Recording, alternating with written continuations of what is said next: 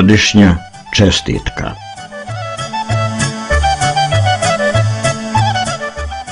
Svima vama, mili moji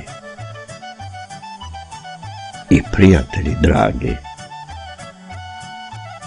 upućujem najlepše čestitke i želje, neizmerene ni metrom, niti na vagi, velike i visoke, do nebeskih visina, od Boga blagoslovljene, a duboko iz srca do morskih dubina.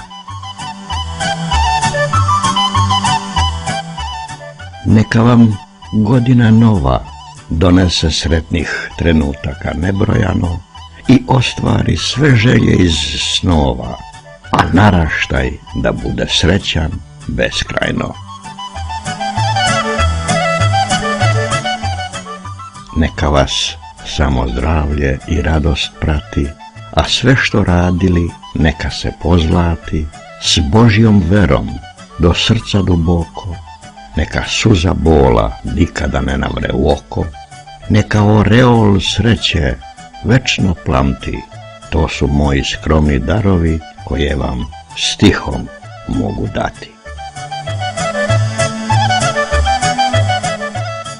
A kada u ponoć lampice na jelci ponovo zasvijetle, neka golubovi mira u svet polete, neka zahuči jeka hiljade zvona, srećna vam i opet srećna vam godina nova.